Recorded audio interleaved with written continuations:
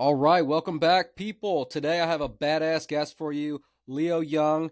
If you've if you're in the podcast world, I'm sure you've heard one of his podcasts here and there. He's been on Best Ever, a couple other big ones.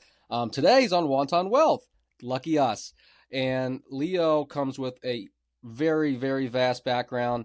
Operates Cornell Communities, if I got that right. But outside of that, Leo, why don't you take it away? Give us a brief background on who you are and what you're doing now. Yeah, thanks, Tan. Excited to be on here and just share my wisdom. Hopefully help someone shortcut their growth a little bit. So, my name is Leo Young. I'm founder and managing partner of Cornell Communities. We are an owner operator of mobile home parks and RV parks across the U.S. We're in a few different states. I think 8 different states right now. Around 600 units under management. For those that care, but for us, like we're building out a team. We're vertically integrated. We've kind of hit a stride at delivering good and consistent investor returns and actually improving the communities that we operate in. So having a lot of fun, learning a lot, and hope to give back too. Love that. Well, only the multifamily guys really care about the unit counts. Every time I go to a conference, it's how many units do you have? How many, all this, all that. I'm like, dude, I don't even Yeah, know, man. yeah. I know how many roofs I got. Exactly. And yeah, So, I mean, like, just like these numbers, like who cares, man? Like only like the people care about it for the wrong reasons, and like they'll say the numbers, but it's like, all right, well, like what percentage of it do you own? Like you own a small sliver of like 2,000 units, like big hey, deal, right? big Who fucking cares? deal. Yeah, you can Yeah. say it, brother. We're chill around here. Yeah. So, why mobile home parks versus an RV, obviously, versus any other asset that's out there? It was kind of by luck that I stumbled upon this. Um, I was in real estate at the time. I've been in real estate for closing on a decade now. I started as a limited partner, so like a passive investor. Got really into it, became a broker, then worked at a real estate fund for some time. And then I had a mutual friend kind of sit me down one day. He wanted to start up his own shop. He was working at another big investment firm doing mobile home parks because they're like, man, this is recession resilient. This is like the lowest cost form of housing. There's like durable demand and it's a simple business model. I think that the numbers made a lot of sense. And then also there was the angle of kind of social impact of actually like providing affordable housing, maintaining it, and being a good steward of it. Because it's super tough, to just please everyone at the same time, right? Like you want to increase the budget to actually put money back into the property. You want to take care of the residents by not just jacking up rents just to do it. It's kind of like that fine line. So being able to be in the space and like give my own flavor, that meant a lot.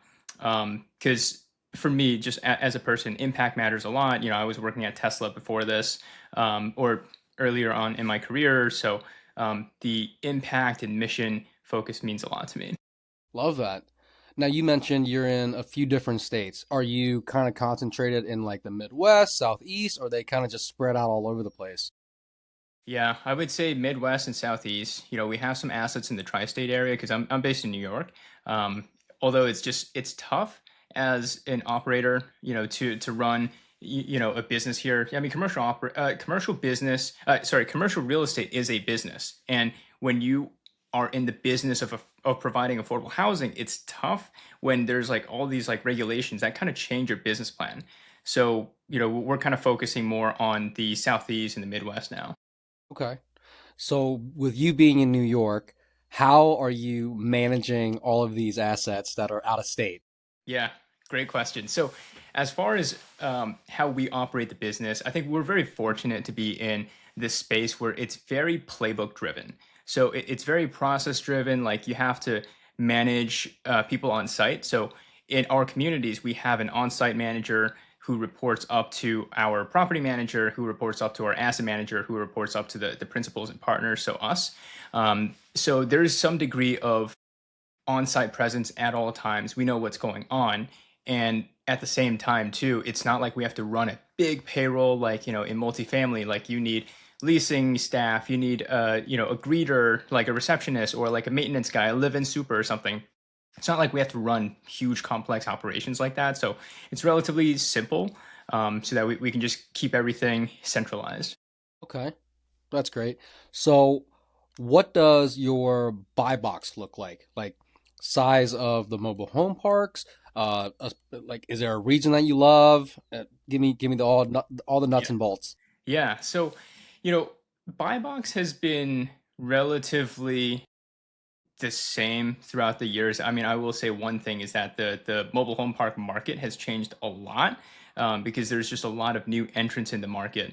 I would say our sweet spot really is between 1 and 7 million for the property size, because it's big enough for us to put in our sort of infrastructure, our staff, right? For it to make sense, but then it's also not too big that these institutions, they just outbid us all day because they have cheaper cost of capital.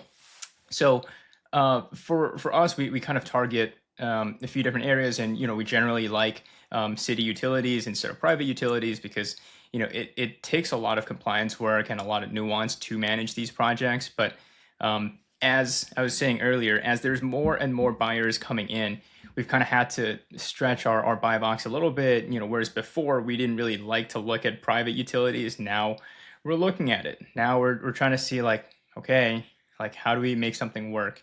And that's just kind of the evolution of the industry. There's just like so many people wanting to get in now. Well, I mean, when one guy on Bigger Pockets starts talking about it, everybody starts navigating towards it, right? Right. And on top of that, if you're in multifamily and it's a bloodbath out there, pretty much. So you got to find a different way to find yield for you and your investors. And mobile home parks, from my perspective, it is the most. It looks the most like multifamily, Yes. just slightly different, right? Yeah. Now, with the properties that you're looking at or the ones that you already have, are they more tenant owned or park owned homes? They're mostly tenant-owned homes. That's kind of the model that we like, for a number of reasons. And one of them is that for us, it takes the burden of maintenance off of our hands. The tenant, they kind of manage their own home. On the tenant side, it's actually their home that they'll take better care of. And then for us, it reduces our maintenance costs, also insurance costs, and also increases our valuation of the property because we're not spending the money on repairing and all these things. So yeah, for the residents, they like it. They could build equity into the home over time because we're putting in big capex dollars. We're investing into the property, making it a more desirable community to live in. So it just gets more, like more people want to come in, and they place the value higher. Love that. Are you running into any, because the conception or the misconception I should say around mobile home parks is that you're in the ghetto, you're in the hood, and you have clientele that's obviously lower income, but you also have that same clientele are kind of like the worst of the residents that would rent from anybody. Yeah. So have you had any actually fix that misconception for us and let us know how you if you have any stories like that, how you kind of Yeah. navigate that? I think it largely depends on the individual asset and the individual markets itself because I mean, of course, there's the places that are like, 8 Mile or like Trailer Park Boys or something. And, it's just like, it is out there, but there are really nice ones as well. I mean, Barbara Corcoran from Shark Tank, she has a mobile home in California that's worth $2 million. So like it really like there's a wide range. For us, like we generally don't like to play into that realm. It's just like a lot of work for our team to kind of manage that resident base. It's just not for us. Like we just don't have the bandwidth for it. Not necessarily that it's bad, but when it comes to other asset classes too, like multifamily, like I've heard of friends that they had tenants in their buildings that brought an AK-47 inside, and we're like, whoa. Like things happen. It just depends on the market itself and the actual asset. So would you consider looking at assets anywhere in the US? Generally, yes, but just with a more focus on more business friendly states, which generally aligns with more red states, instead of blue states. I think while they mean well, a lot of politicians like they want to serve their people and like put in regulations, but like the economy doesn't work in a vacuum, and constricting like one flow of money, it just like makes the business harder. Like eventually it comes back, and like you see this across the board too. Like there's capital flying out of blue states into red states. I mean, Starbucks, right? They just moved their headquarters from Seattle to Tennessee. I mean, it's been in Seattle since inception, like 50 plus years ago. Now they're moving to Tennessee. It's kind of crazy. And that's just like a bigger trend that we see. I mean, I'm with you, brother. I don't even look at properties that are in blue states because they're, not business friendly, right? For example, Illinois, I have properties in Indianapolis or Indy, Maryville, one in particular, which is 30 minutes right outside of Illinois, Mhm. or Chicago, I should say. And I don't even look at Chicago properties because it's just not business friendly and not landlord friendly. Yeah. So Yeah. for your deals right now, what does your deal flow look like, or where are you finding your deals? Hmm. So it's a mixture of brokers and wholesalers, and then also direct outreach. So we're decently well known in the space. So like we get a lot of deal flow from brokers and people that we worked with in the past.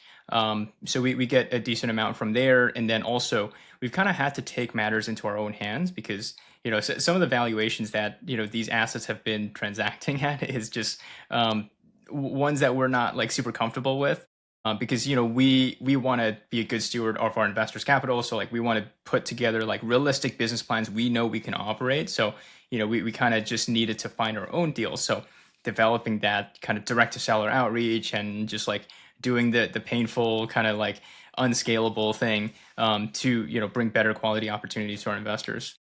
Well, you say wholesalers, and I'm intrigued by that because I've not had one good wholesaler bring me a commercial deal.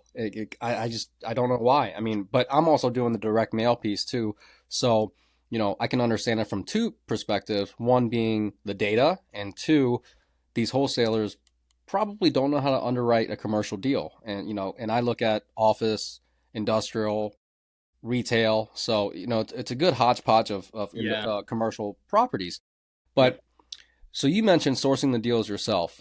Where for mobile home parks are you finding the best data? And two, what does your direct mail outreach look like? Yeah, and to actually touch on something that you mentioned just now, Tan, is yeah, I mean, as far as like wholesalers or even some brokers like underwriting, like it's kind of all over the place, which is it's bad, but it's also good. There's like the yin and the yang to things, that it's not always bad. So sometimes they just misprice it and mismarket it. So like there is opportunity. So we don't necessarily like cross one method out just because. And yeah, I mean there's like brokers, there's like local brokers, mom and pop decides to sell, they're in some tertiary market, they go to old Jimmy, by the brokerage, and he throws it on LoopNet or something. He doesn't know how to value a mobile home park because they're like, oh, these dang things, these trailer parks, yeah, it's not worth much. Compared to like a national broker that's like, oh, stabilized yield, da, da, da. Like they know everything to say, so like they can get a much better valuation. So there is some degree of like arbitrage. And then as far as like data sets, that's honestly a really big challenge in mobile home parks because the zoning itself, a lot of them are grandfathered, so they don't have special zoning designations that you could just pull from tax assessors. And because of that, too, a lot of the data aggregators, like the Reonomies and stuff like that, they don't have the most up to date or clean or accurate data because of it. And also that people from CoStar, these researchers, like they could try to call you, but like, guess what? Like, hi, I'm from CoStar. Can you tell me your sale price? Click. Why would I ever do that? Not a Mom and pop, goddamn chance. yeah, they have zero need or patience for something like that. So they don't really hear them out. And then the other factor is also just estate planning. There's a lot of like, transfers that are between like entities. You don't know if it's like between family members or just like estate planning purposes. So yeah, with that being said, the answer is like it's a mixture of different data sets. It's always evolving, and you're never going to get a perfect hit rate on your data. So you kind of just like get good enough, and done is better than perfect. Just run the machine, kick up something. As long as it's not 0%, it's better than nothing. Yeah, 100%. And I'm running into the same issues with the data set, being called from CoStar, Reonomy, Crexi, the county data. Well, with commercial in particular, what I'm finding is that they're classifying it incorrectly. Sometimes they'll look at a warehouse that's typically just a garage and they'll classify that as retail, or they'll look at a retail strip mall and they'll classify it as a restaurant. So you kind of have to do some manual labor in order to find out which asset class you truly want, and it's kind of monotonous. It takes a lot of time there. So and some of these other data sets I find some are hit or miss, like you mentioned, but the direct mail piece, the direct outreach, are you just sending them a postcard, a letter, or cold call? What's that look like? Yeah, I mean, it's really a bit of everything. I would be, uh, I mean, I would be lying to say if we have this whole thing figured out. I think it's a continuous iteration of like, okay, what's working? If that's working, let's try more of that, and then like we kind of refine that over the years. And yeah, I mean, like postcards could be like just like big ones, small ones. You try like all these different things, like put it in an envelope, like handwrite it. Handwriting is like tough, but now they have services to like make it look like a real person. So there's like different things to try. But I think for us, it's like we kind of drip on the kind of deal flow machine because us as operators, like we have limited budget. Like we're spending money up front to hopefully recoup it on the back end by like sourcing a good deal. So we also have to manage that. It's not like, all right, let's just go gangbusters. Let's blow all our budget on like refining the data, hire people and stuff like that. No, 100%. So before I was in the commercial space, I was in residential and I was doing direct mail, cold calling, etc. Your own outreach, right, for the lead flow. And you could spend thousands and thousands of dollars and not get a lot. And it's one of those machines where you continuously have to feed it in order to get results, right? If you give up 5 months in, that's not going to cut it. You're going to have to put in some more work in order to retain and refine those leads. For commercial, what I've found to work, and maybe this works in mobile home too, I'm not sure, but what I found that works is that based on the data that you have, obviously it's only as good as the data, but for letters or postcards, a friend of mine up in the Chicago area, he would put a picture of his family on there. And the letter, and this would be, I think he's sending out larger volumes at a time, but the letter itself wasn't handwritten and it was just saying, I'm a local guy, I live right here, blah, blah, blah. And his response rate was like 10%. I think just based on that picture and that message. And secondly, I found that if you actually truly handwrite the letters, that also gets a lot of response.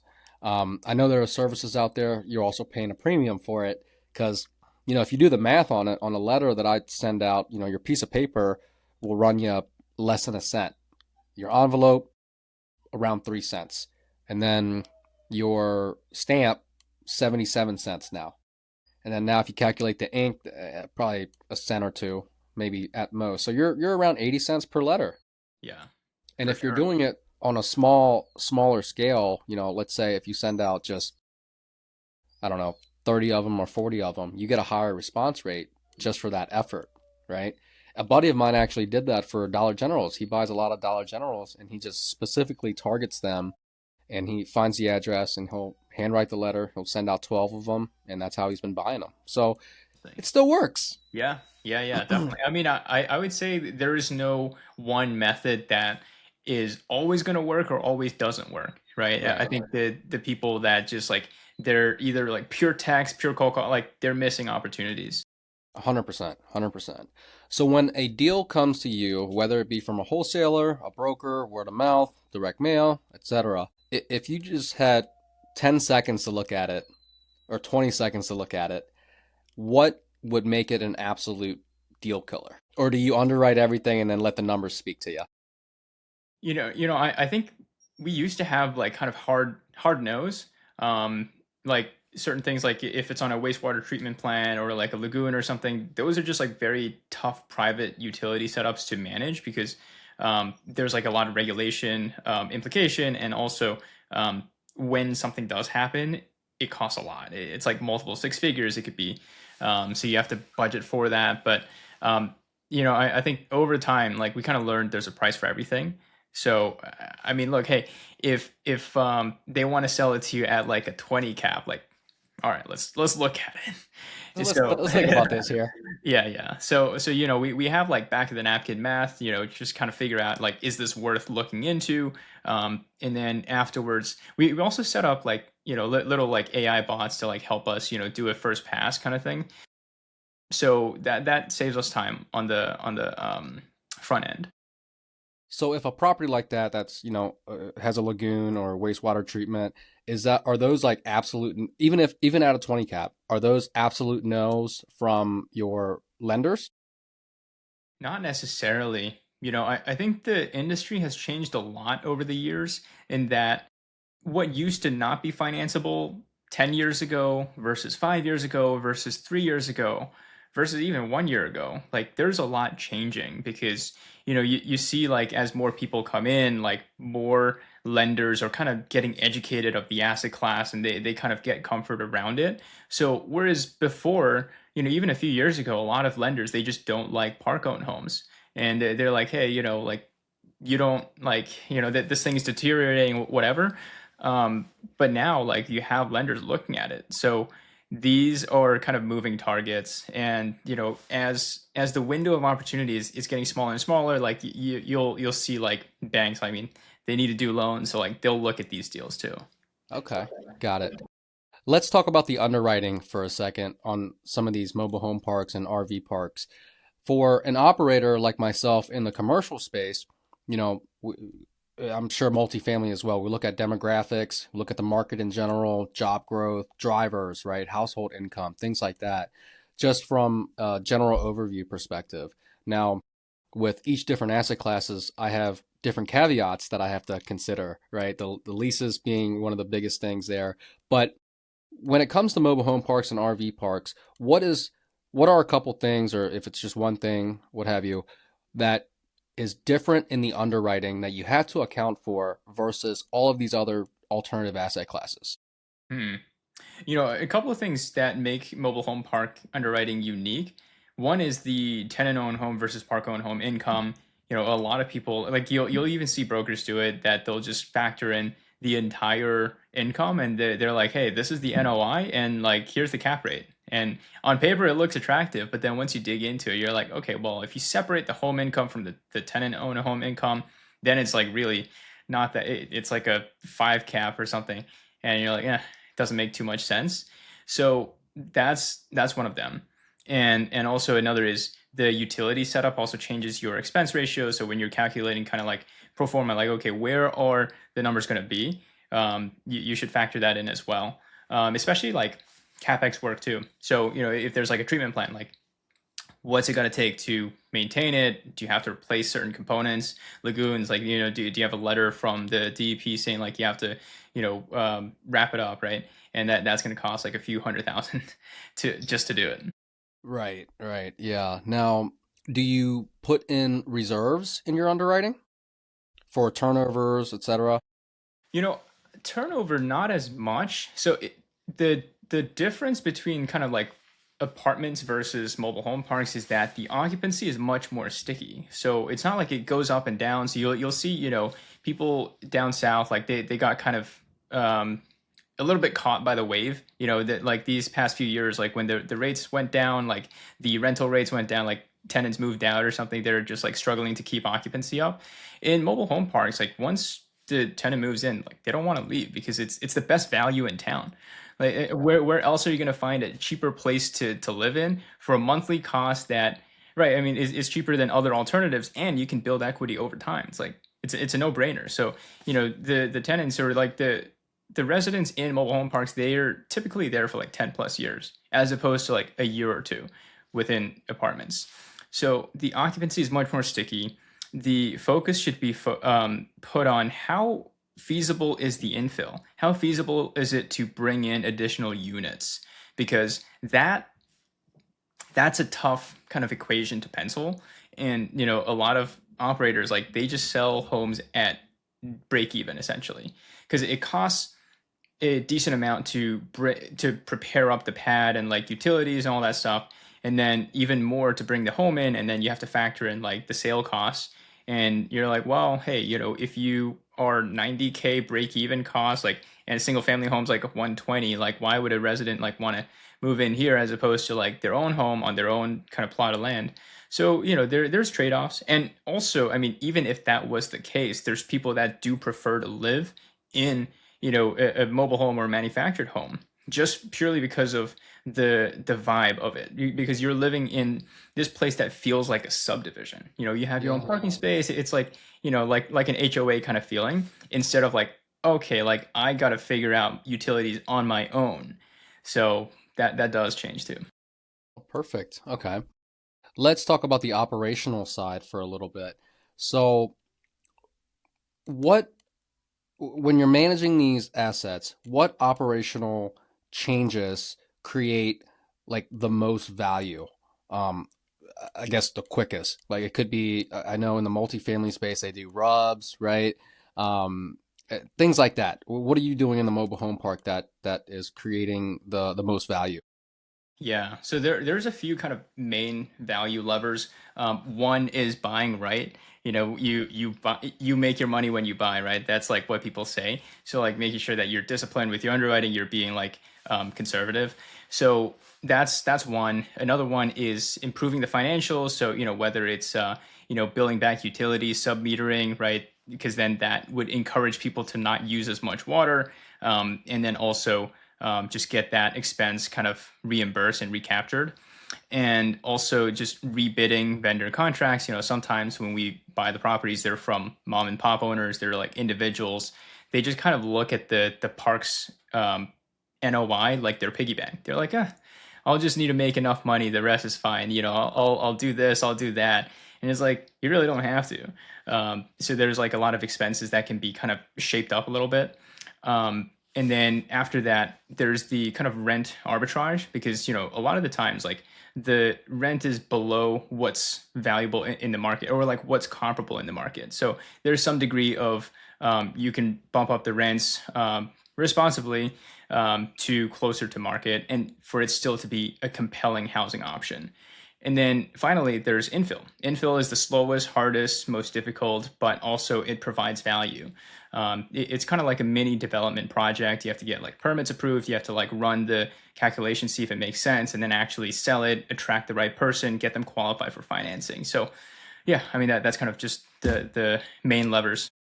So infill, is it more so like one manufactured home in a lot, or is it where you have a ton of land or additional land on your plot where you can add, let's say, another 20 mobile homes? So it's a bit of both.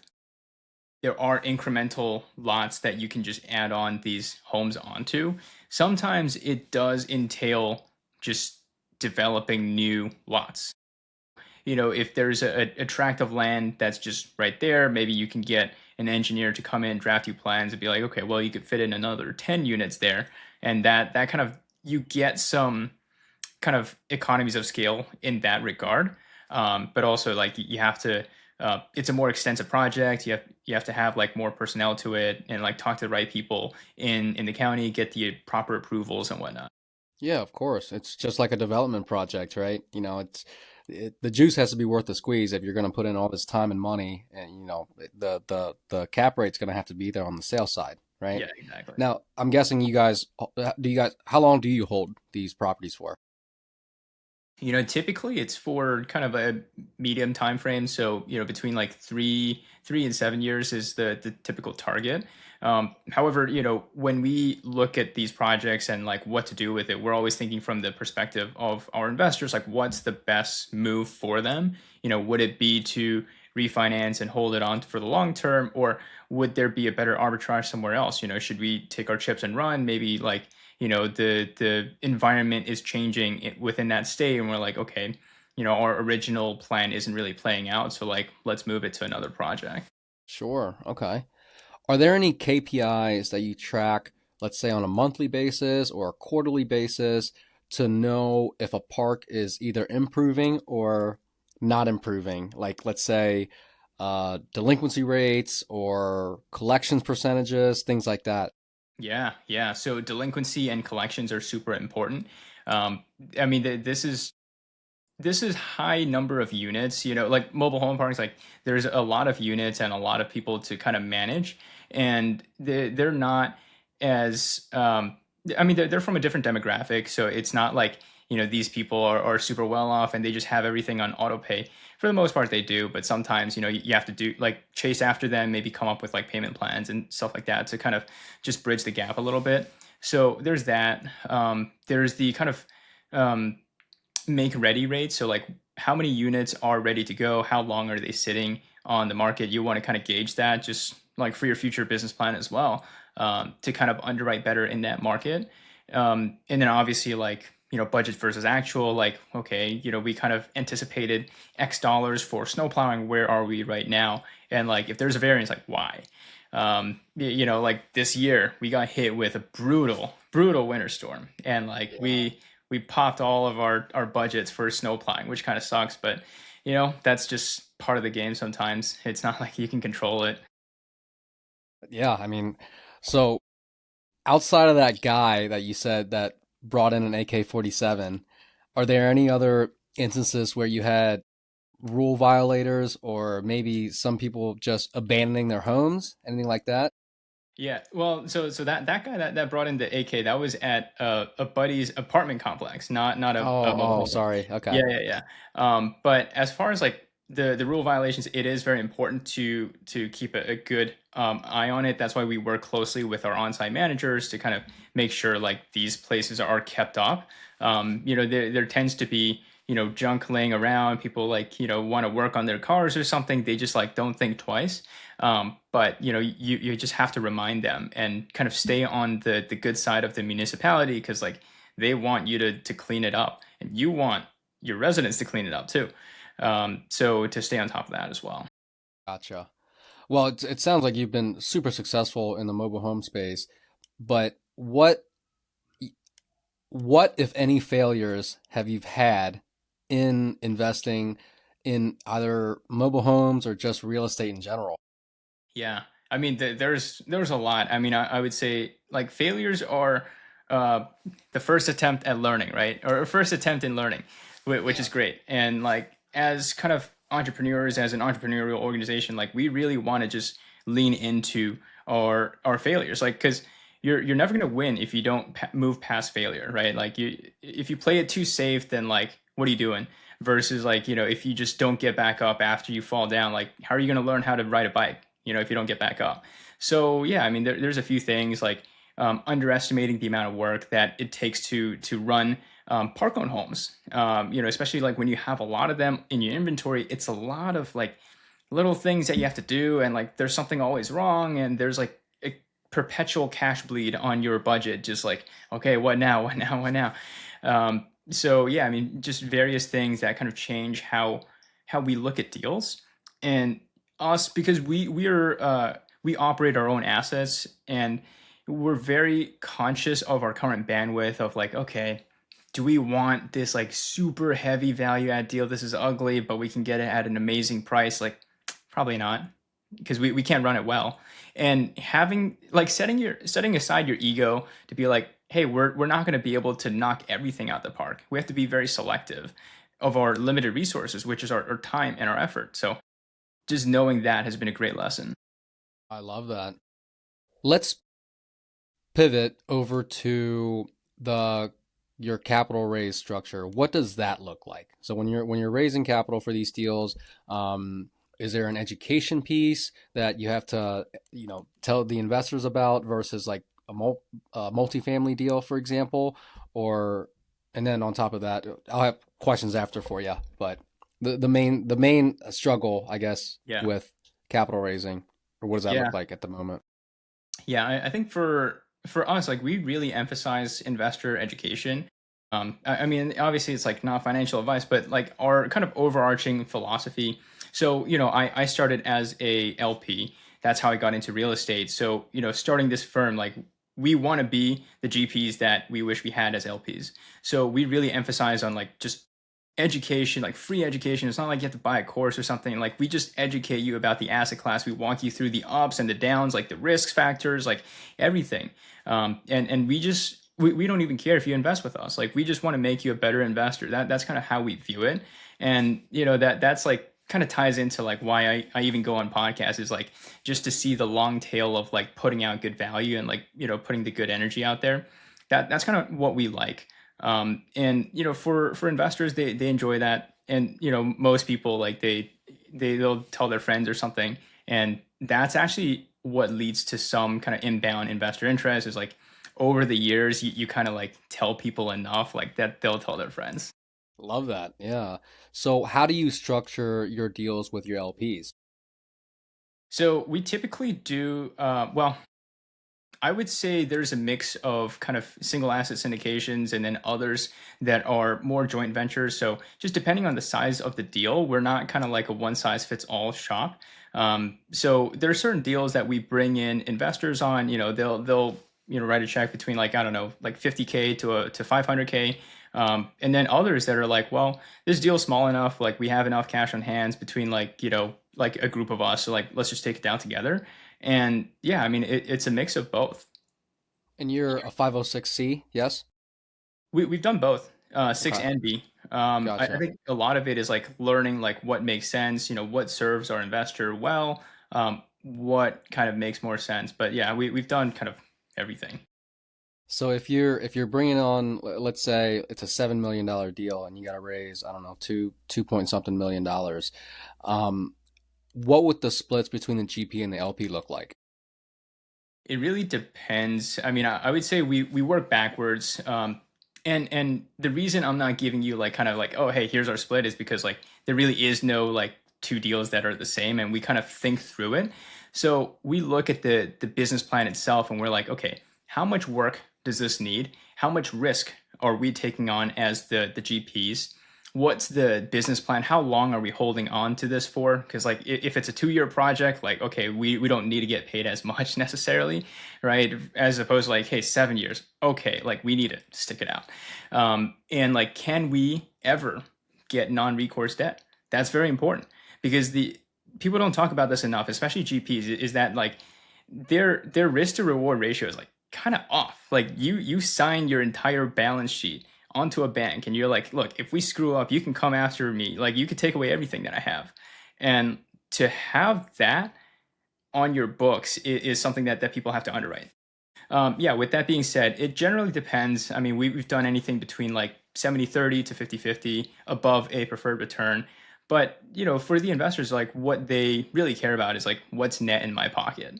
Like Sure. end of the day, like cash money, like how much am I putting in my pocket? And like, generally like we target around like 15 to 20% returns, like, and that's annually. So I think that's like kind of also the going rate of like, equity kind of investments out in the market. So I would challenge it and take it a step further and say like, the what distinguishes kind of us from another is the asset class. Like, do people like the mechanics of mobile home parks? Hey, look, it's recession resilience, durable demand, like all that stuff.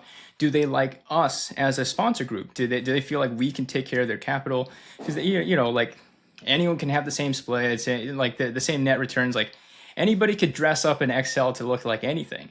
But 1000%. who's the guy behind it, right? Can I talk to you? Like my investors, they all have my direct number. Like they could reach out to me. They could talk to someone in charge.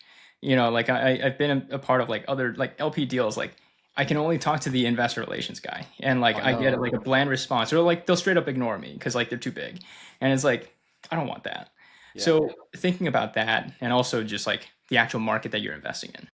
No, I love that. It also sounds like you are, because when you were talking about the lending situation, you got to figure out if it's recourse or non-recourse. So you don't work with one lender, and you're also getting different terms, it sounds like, for each different deal. Could you elaborate on that a little bit? Yeah. So there's different kind of kind of debt products, so to speak, that we work with. We kind of right size it. Sometimes the asset's bigger. Okay, fine. Like we can work with maybe, let's say, a national lender. They'll lend on this. We'll take it to the agencies, so like Fannie Mae, Freddie Mac, afterwards to get a non-recourse kind of back end after the refinance. Others are like smaller deals, so maybe it's like a regional bank, and it's very relationship driven, and like there's also some degree of risk because it's like how well do they know the asset class, and like are they going to pull out last minute just because like yeah, sometimes like regional banks, like it's a little bit of a black box. You don't know what's going on behind the scenes. Sure. Have you ever worked with family offices, or has this been all just private funded investor relations, high net worth individuals? Not officially. I mean, we've spoken with some family offices, some private equity shops, because like they're very eager to deploy capital into the manufactured housing community space because it's just durable yields. It's like a coupon clipper, right? If you have a good operator, like it's a simple business model, it's durable yield, but it's hard to operate. So like they want to find good kind of emerging operators, like kind of bet on the horse a little bit. So like we've had those conversations. We haven't pulled the trigger yet. I think a big reason that we started this firm is that we ourselves, like we wanted to give access to these kind of unique deals to our community. So like our friends and family, a lot of them are investors, and subsequently like just through networking and stuff. So we want to offer that as long as we can, before like we just get too big or whatever happens. Love that. Love that. Well, Leo, that's all the questions that I have for you today. If anybody wanted to find you, drop us some links and let us know how they could add value to you. Yeah, so two ways to reach out. One, if you want to learn more about our team, mobile home parks as an asset class, maybe even joining our investor waitlist, you can go to our website. That's cornellcommunities.com. So it's spelled CornellCommunities.com. Or you can reach out to me on LinkedIn or Instagram. On LinkedIn, it's Leo Young, LeoYoung, and Instagram, it's Leo Young Real Estate. Young Real Estate. I'll have all of those in the show notes for you. And how could people add value to you? Wow. I think if you reach out, just let me know what you learn. I mean, I'm always very curious to like talk to people. I love to connect and educate where I can.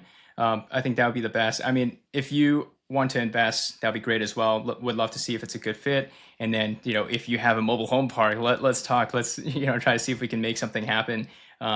So yeah, those are the three things. Awesome. Appreciate your time today, brother. Definitely. Thank you.